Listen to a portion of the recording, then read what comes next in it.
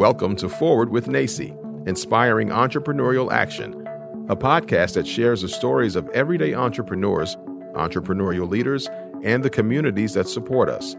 We hope that this diverse collection of stories brings you inspiration, inspires you to take action, and ignites entrepreneurship in your community as we make our way forward together.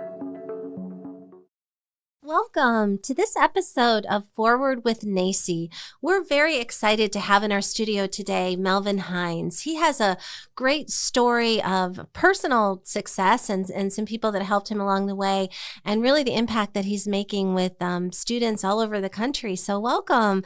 Thank you for being here today. Thank you for having me. It's really great to be here. Yeah. I enjoyed talking with you a couple of weeks ago, and you have just such excitement for the work that you're doing. But let's go back in time. If you want to share with our audience a little bit about your background, what influenced you as you were growing up that kind of led you to the path you're on today. Yeah, sure. So I'm originally from a small town in South Georgia called Albany. And in my hometown, we didn't always have a lot of the resources that you might see in some of the larger cities. And so I think where that really started to, where the rubber met the road was when it came to graduation rates for my high school. In our freshman class, we had about 250 students. And by graduation, there were about 68 of us that remained. And so for me, it was one of those times when it was clear that there was something broken, but you didn't quite know what. And so I ultimately went to the University of Georgia. And while I was there, I really got to see sort of how the other half lives, if you will. So for my hometown, it was a really big deal to go to college at UGA, which was the flagship institution of the state.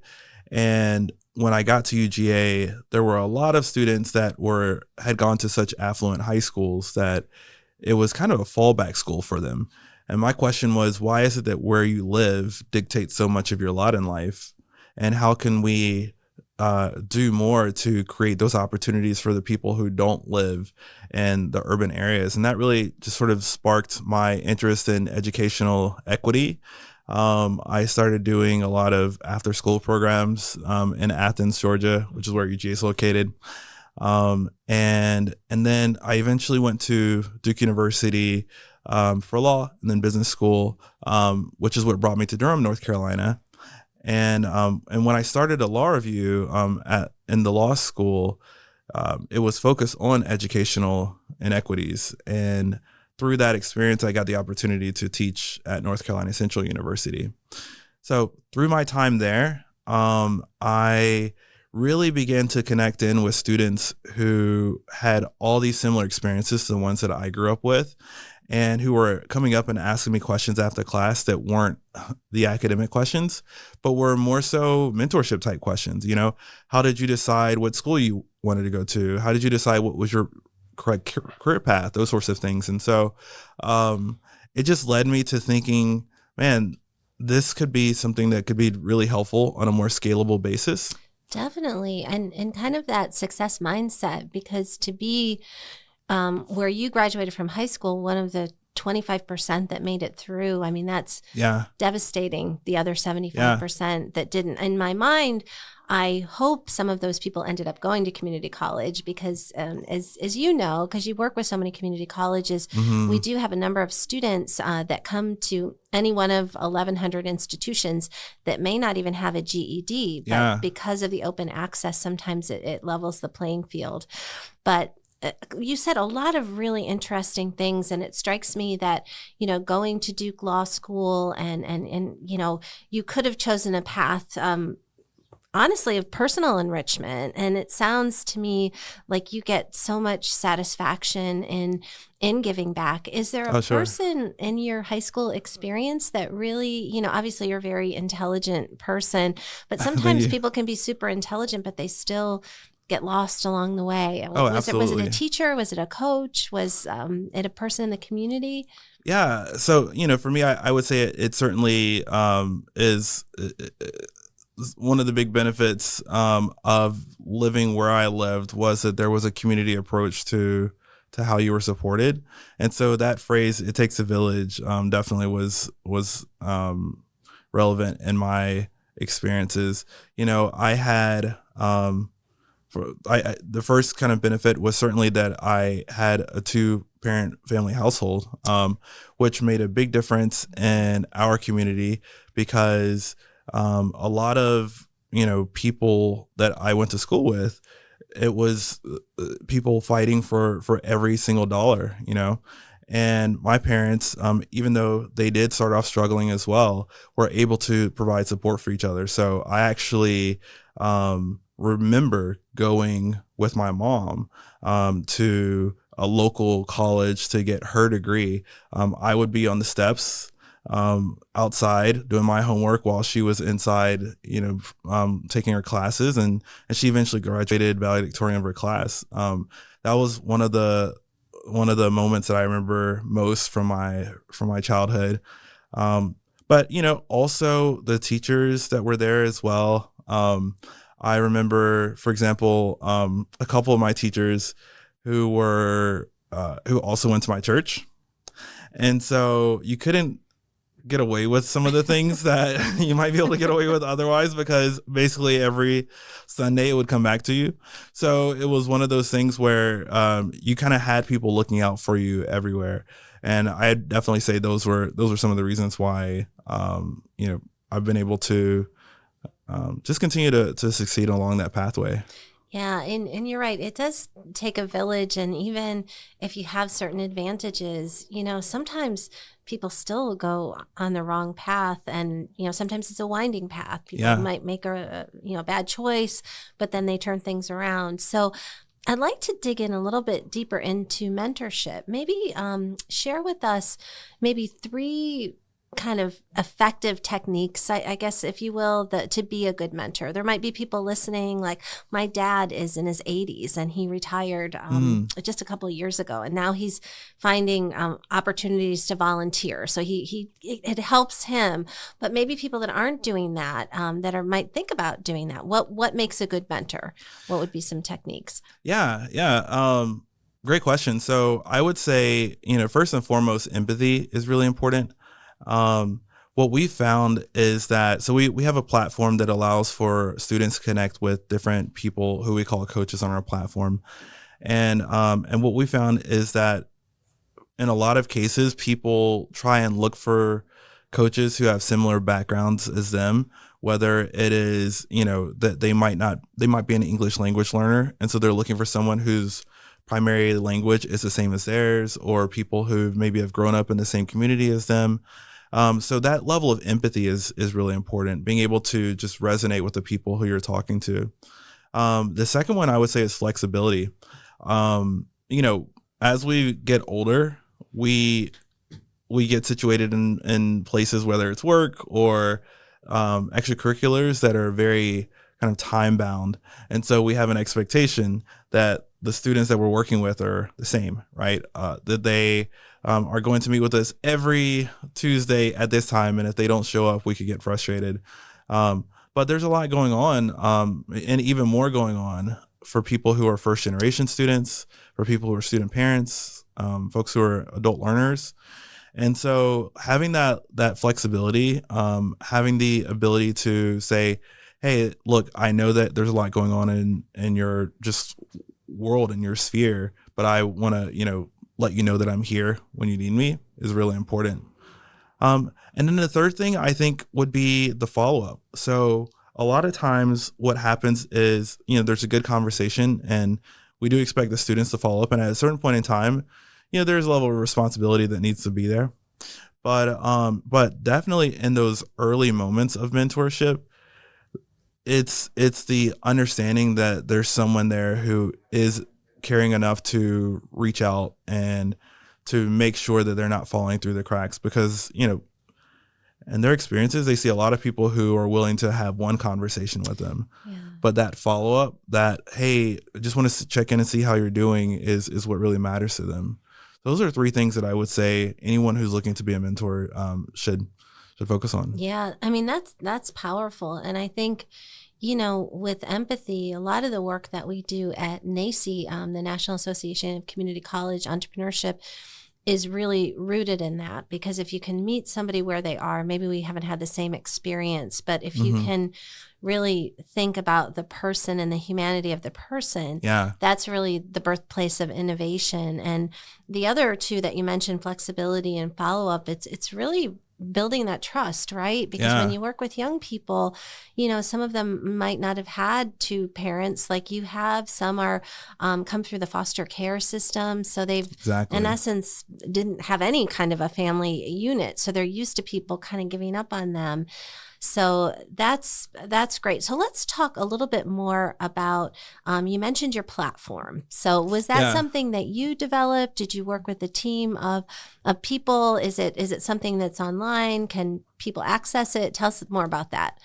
Yeah. So around 2013 was when I first came up with this idea for us to create this platform that would take exactly what I've been doing at North Carolina Central University and make it available for anyone everywhere.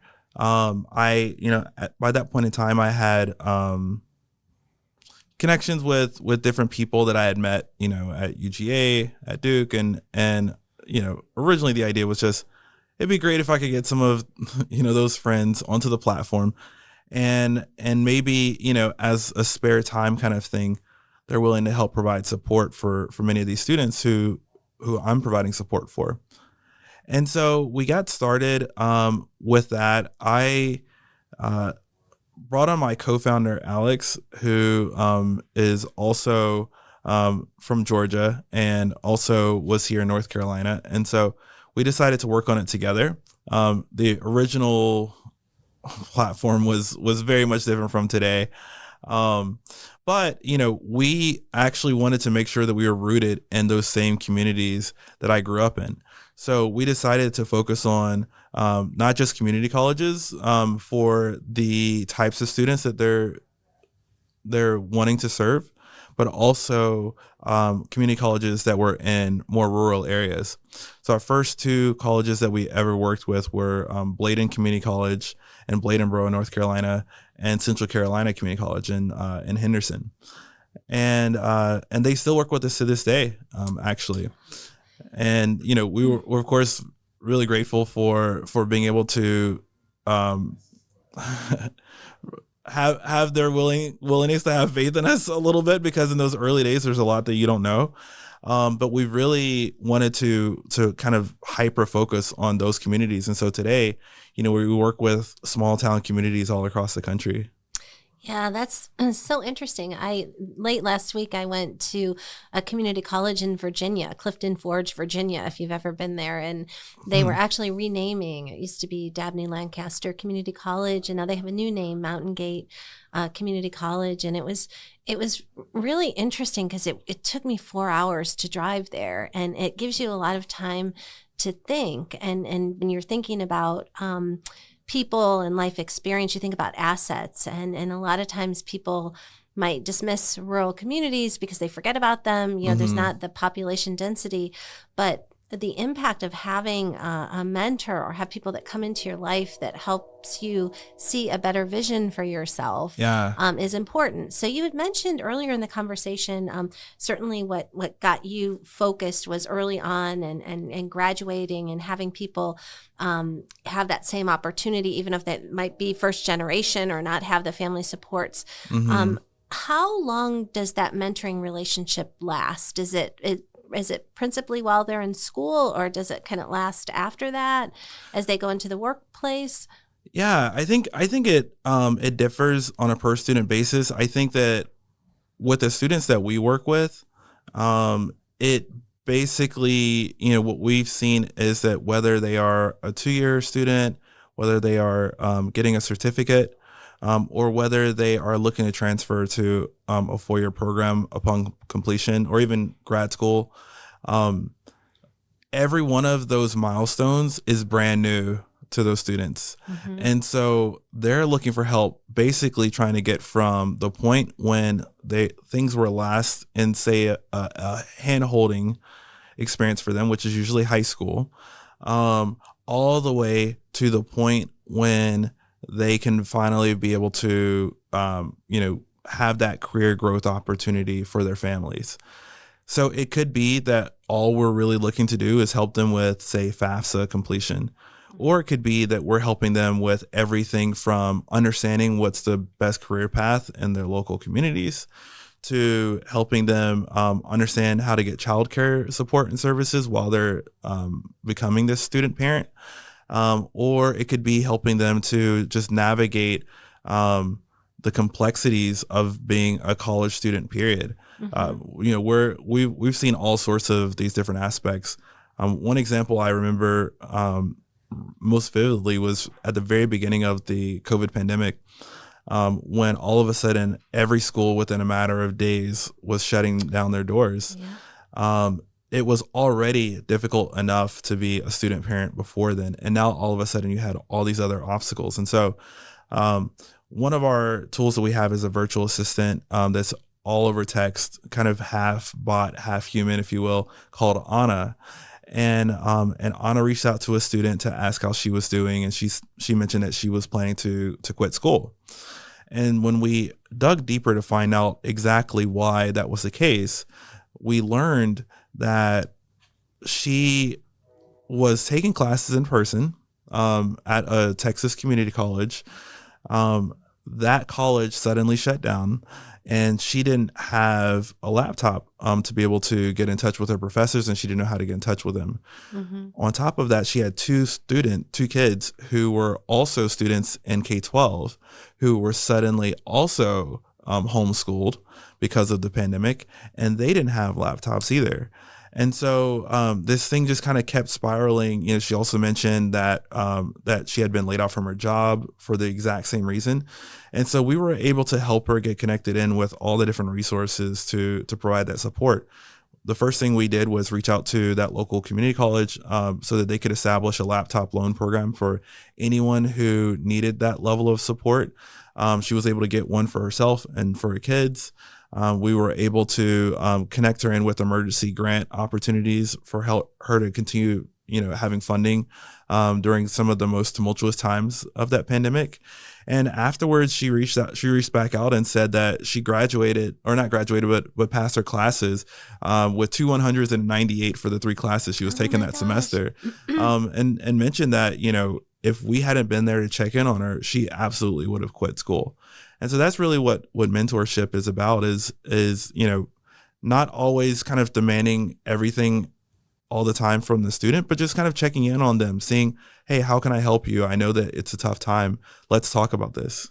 Kind of meeting them where they are. And really you're making generational impact too, right? She had those children, just as you saw your mom and your dad kind of working together. She's trying to do it by herself with her kids, but then finds a partnership with you. So that's pretty remarkable. And the fact that you said you started in 2013, so you've stuck with it, for the 9 years. And I'm sure there are times, as much as we love our work, where you just kind of feel like, oh man, this is hard. So absolutely. Let's think about, because we like to be, forward looking and future looking. Where do you see this amazing program and resource going if you sort of fast forward and all of a sudden we're in 4 or 5 years from now? What do you see as the impact? How has it changed? How has it grown? Yeah, I think what we're really excited about is helping to be there for every resource that is preventing students, particularly non-traditional students, from making it to that finish line. Thinking back to my parents, both of whom were non-traditional students, and what they had to go through as student parents, as adult learners, in the pre-internet age, it was even tougher. And so the question is, what are all the things that students need that they don't realize that they have? A lot of times the communities that we work with, the community colleges that we support, already have the resources available, but these students don't always know that they're available or even how to access them. And so we want to expand beyond the academic support that we're providing, the mental health support that we're providing, and do more on the financial wellness side. We're actually piloting with a couple of schools now to try and open that up a little bit more. We also want to provide through our platform the ability to access childcare. And eventually we want to provide support for career services, but on a localized level so that students can make a determination of what's the greatest ROI they can get from their degree. So one, what is the most cost-effective degree that they can get? And two, of those cost-effective degrees, what in their local community can they achieve in terms of an occupation that will give them the greatest ROI on that degree?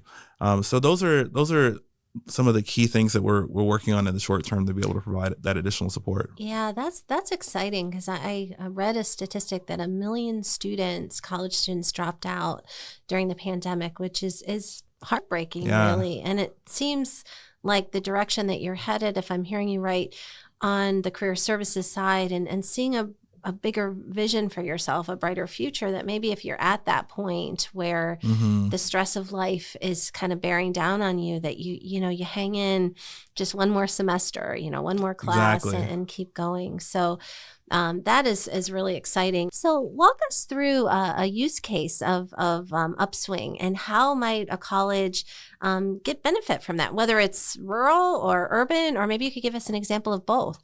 Yeah, sure. So I'll give you an example of Vance Granville Community College and Durham Tech. So they're both within maybe 30 minutes of each other, and they both work with us to this day.